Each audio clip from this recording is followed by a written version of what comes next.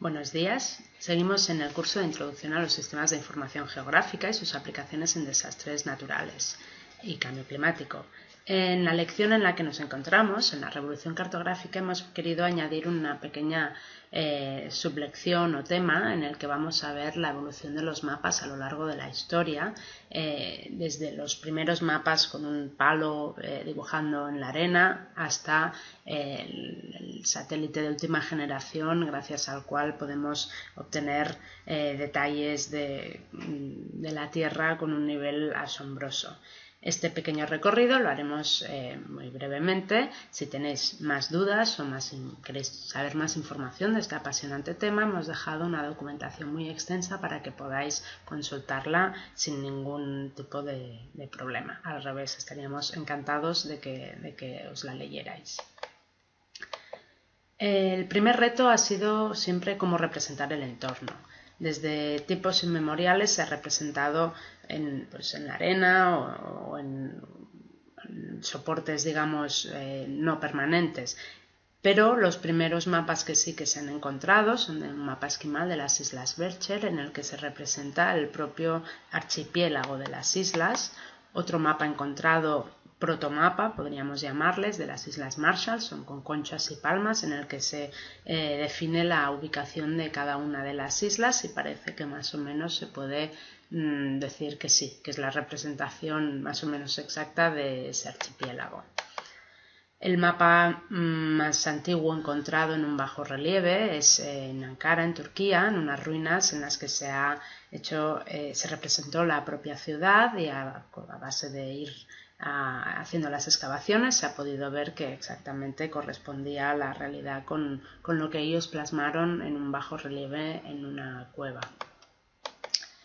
El siguiente gran reto es ¿cómo era la Tierra? Una vez conocemos nuestro entorno más limitado y lo hemos representado como hemos podido, la siguiente fase era ya ir hasta el tema mundial, cómo es la Tierra entera. El primer mapa mundi se considera que es el de Anaximandro, en el que dibujó Europa, Asia, Libia, la tierra conocida, la Ecúmene, rodeada de mar, con lo cual sería un plato, un círculo flotando en un mar. Este otro mapa mundi babilonio viene a ser muy parecida, la idea es muy parecida, solo que su tierra conocida era menor a la que ya conocían los griegos en la misma época. El siguiente reto es la Tierra redonda.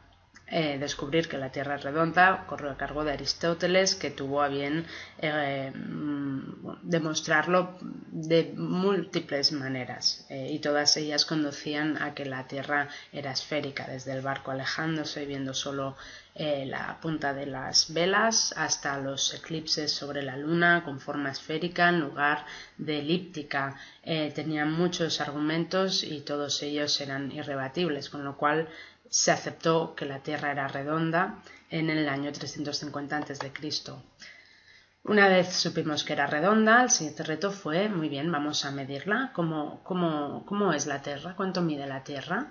Erastótenes, que fue un geógrafo, matemático, astrónomo y director de la Biblioteca de Alejandría, que vivió sobre el 200 a.C., hizo un pequeño experimento utilizando las sombras de un mismo palo de una misma longitud en diversas localizaciones de Egipto, en Asuán y en Alejandría, que estaban en el mismo meridiano, y al medir la diferencia entre los grados del Sol proyectados sobre el palo en el suelo, pudo adivinar cuál era el arco de circunferencia y así extrapolar a la circunferencia entera.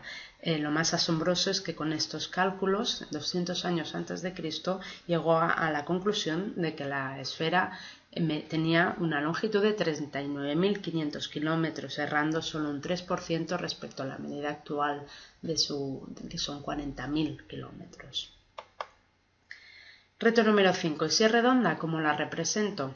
Pues Crates de Malos, en 145 a.C., creó el primer globo terrestre, pero no contento con esto, al ubicar la Ecúmene, la tierra conocida, se dio cuenta de que había mucha desproporción entre tierra y agua y que ese globo no reunía las condiciones de equilibrio que tanto les gustaba a los griegos, con lo que decidió que seguramente habían otros continentes flotando en la tierra, y para más INRI los colocó exactamente donde está hoy en día América del Norte, América del Sur y Australia, y hasta incluso les puso unos nombres que eran Periecos, Antípodas y Antecos. El reto número 6 de la retrospectiva de todo lo aprendido en el siglo II después de Cristo recae sobre Ptolomeo. Ptolomeo fue quien fue recuperando todo lo que se había ido aprendiendo y hizo una obra propia, Hagiografía, de 8 volúmenes, un mapa mundi y 26 mapas. Esta obra que hizo él, además de a nivel universal, no solo de la Tierra, sino también del universo, y consideró acertadamente que todos los planetas se movían en unas esferas concéntricas, acertadamente que eran esferas, no que todo se moviera alrededor de la Tierra, pero bueno, ya avanzó bastante. El problema de Ptolomeo es que él fue el último. No es un problema, o sí, el caso es que fue el que mantuvo la obra de Ptolomeo, fue el hilo conductor que unió todo lo aprendido en Grecia, consiguió sobrepasar la era romana, la era de la Edad Media, en la que no se hizo absolutamente ningún avance, al revés, se hicieron muchos retrocesos, y cuando los hombres del Renacimiento y mientras tanto los árabes, que sí que siguieron cultivando gracias a la obra de Ptolomeo la ciencia cartográfica, luego en el Renacimiento se recuperó la obra ptolomaica y se continuó desde ese momento. Así que tenemos que tiene un papel muy importante en la historia de la cartografía, no tanto por lo que descubrió como Aristóteles o Aristófanes, pero sí como el condensador de toda la información clásica. El reto número 7 fue sobrevivir a la oscuridad. A los romanos básicamente la cartografía les interesaba en la medida en que podían trazar longitudes y saber conocer las poblaciones que había en las vías romanas, pero como no eran grandes navegantes tampoco, pues no continuaron con los paralelos y los meridianos ya empezados a dibujados por los griegos para mejorar la navegación. Descuidaron un poco aspectos de rigurosidad cartográfica como la proporción entre los distintos territorios, y eran mapas más subjetivos en la medida en la que a ellos les convenía. Del mismo modo, pero a una escala ya mucho peor, en la Edad Media los mapamundis que se hicieron, su gracia consistía en tener los apóstoles repartidos por toda la tierra sagrada y perdieron absolutamente toda rigurosidad. Son grandes, bellas obras, si se quiere llamar así, bellas miniaturas, pero no tienen ningún tipo de carácter geográfico, y se abandonó la idea de que la Tierra era esférica, se volvió a la Tierra plana, orientada al este, porque es donde nació Jesucristo y donde ellos rinden pleitesía.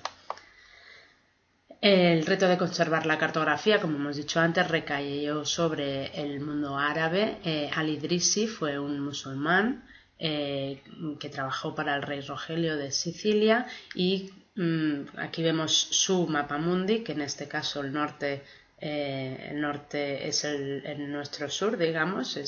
Él colocó África, se colocaba África en el norte porque era su punto de vista, y la península ibérica, Italia, la península arábiga, etcétera, quedan por el sur del Mediterráneo.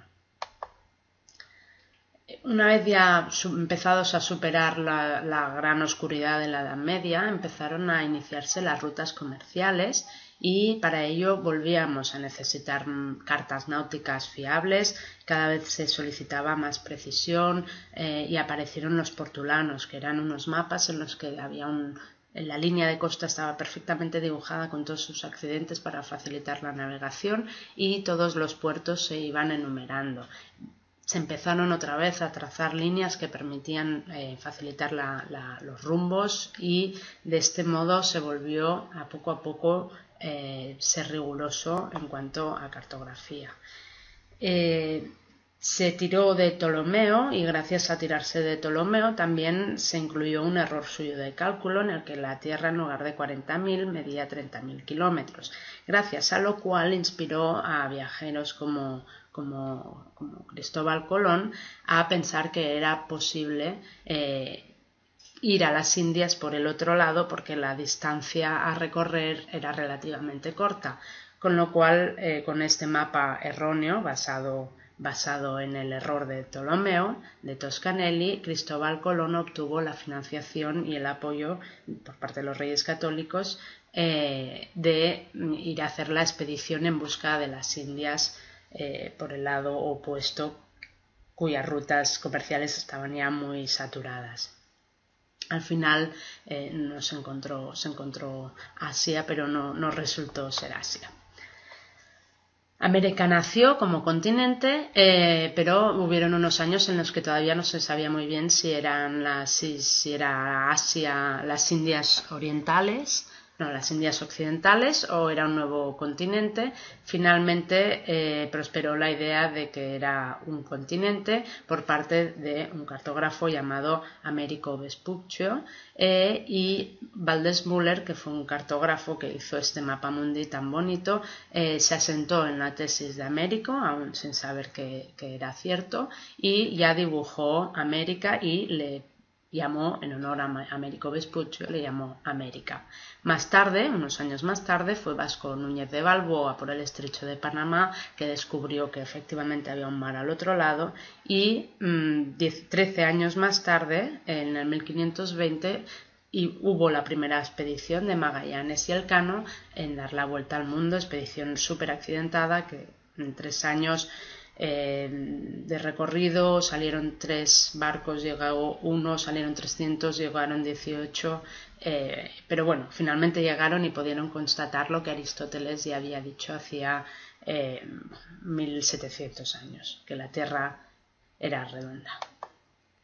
Necesitamos mapas de verdad para navegar, este es el siguiente reto. Ahora ya las navegaciones son largas, no es por el Mediterráneo, necesitamos realmente mapas muy rigurosos y sistemas de medición de latitud y longitud. De eso se encargó Mercator, que propuso su idea de meridianos y paralelos en el año 1569 y es el tipo de proyección que aún hoy estamos utilizando. Las siglas UTM, que habréis visto en algunos mapas, corresponden a Universal Transversal Mercator. Ya es fruto de esa primera división que hizo él. Aunque ya los meridianos y los paralelos ya se los habían inventado los griegos. El reto número 11, ahora que ya está descubierto, conozcámonos más. Eso corresponde a la Ilustración, que fue la época en la que los grandes sabios científicos volvieron a tomar las riendas de la evolución, se visitaron todas las tierras por conocer, se hicieron Darwin con su teoría de las especies, otros biólogos, botánicos, geólogos investigando todo lo que había en la naturaleza y se quería sistematizar todo, y en el campo de la cartografía tampoco podíamos ser menos. Se hicieron los grandes mapas topográficos, como por ejemplo el primero de París, de Cassini, en 1744, y se empezó con herramientas tecnológicas, gracias a Copérnico, Galileo, Kepler, Newton, grandes físicos y grandes científicos que ya empezaron a inventar chismes que nos permitían medir con más fiabilidad las distancias, con lo cual se hizo un gran despliegue en Francia para medir realmente cuál era la superficie y las formas de los límites de Francia. El rey Luis XIV, el llamado Rey Sol, se llevó una gran decepción cuando vio que el mapa real de su Francia real era sensiblemente menor a lo que ellos pensaban, con lo cual exclamó la famosa frase de los cartógrafos: me habéis hecho perder más territorio que las guerras. El reto número 12 fue Desde el cielo, es el primer salto a la cartografía moderna y se inició evidentemente con el avión. El avión permitió hacer fotos desde el aire y desde estas fotos se podía delinear por encima las distintas masas boscosas, los campos, las ciudades, las carreteras y obtener así los mapas topográficos tal y como los conocemos aún hoy en día. Cada mapa topográfico corresponde a un vuelo y se va sabiendo la actualización de ese mapa en función del vuelo, de cuándo fue hecho ese vuelo. El 13, desde el espacio, ahora ya estamos en el siglo XX, siglo XXI, hemos mandado a los hombres a la Luna y ya hemos colocado unos chismes que son unos satélites que se dedican a recoger todo tipo de información gracias a la energía electromagnética. La fuente emisora, que puede ser el Sol, emite una energía que estos satélites recogen en forma de respuesta espectral de cada elemento, con lo que podemos saber desde mapas de temperatura, podemos saber el contenido de agua en las masas boscosas, en las hojas, por lo que podemos evaluar si hay riesgo de incendio o no. Las posibilidades son infinitas. Aquí tenemos una curva de respuesta espectral y ya finalmente el reto número 14, la revolución cartográfica, consiste en que toda esta gran información que hemos podido ir generando se puede compartir. No solo se puede compartir, sino que ahora prácticamente todo se georreferencia, todos tenemos un mapa en la mano, cuanto antes era muy costoso conseguir cartografía y hoy la mayoría está liberada, podemos acceder a ella, podemos usarla, podemos emplearla para nuestros fines y lo que es más importante, nosotros también podemos participar de la cartografía colgada en la red y poder aportar nuestros propios puntos de interés, nuestras fotos o lo que consideremos. De modo que esta es la revolución, la gran revolución de la cartografía ha sido la democratización y el uso masivo de mapas por parte de la población. El 15, ¿cómo unamos tantísima información? Bueno, a consecuencia de las distintas tecnologías cartográficas que hemos ido viendo, se ha generado una cantidad de información que difícilmente podemos procesar sin la ayuda de determinadas tecnologías como los sistemas de información geográfica que nos permiten mezclar toda esta información y obtener aquellas capas que deseamos y poder geoprocesar con ellas y poder visualizar los mapas respondiendo a las preguntas que nosotros mismos les hemos puesto. Así que aquí estamos para eso, para aprender a hacer eso y espero que esta breve introducción os haya gustado. Un saludo y hasta la siguiente lección.